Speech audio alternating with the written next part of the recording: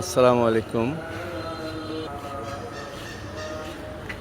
কক্সবাজার ঐতিহ্যবাহী লাল দিঘি কোটি কোটি টাকা ব্যয়ে এই সংস্কার করা হয়েছে। দেখুন, এই মূর্খ বেয়াক্কেল বাঙালির জন্য এই সৌন্দর্য নয়। এই যে লাল দিঘি, কত সুন্দর লাল দিঘি, কোটি কোটি টাকা ব্যয়ে অযত্ন অবহেলায় পড়া আছে। সেখানে হচ্ছে আমাদের এখানকার কিছু আমাদের মানুষ আর কি, আমাদের এলাকার মানুষ খাবার খেয়ে পার্টি করে খাবারের প্যাকেট লাল দিঘির পানিতে ফেলছে। দেখেন, ওইখানে আছে, এখানে আছে সব। এই ব্যাককেল মূর্খ বাঙালি, এদের জন্য কোটি কোটি টাকার সৌন্দর্য দেখেন,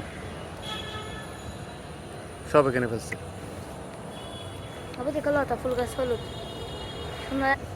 দেখেন কি অবস্থা সব।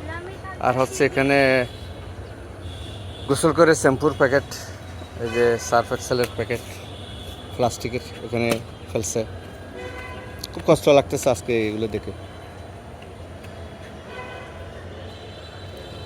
অনেক মাছ ছিল এক সময় এখানে, কিছুদিন আগে বড় বড় মাছ দেখছিলাম, কিন্তু এখন কোনো মাছ দেখা যাচ্ছে না।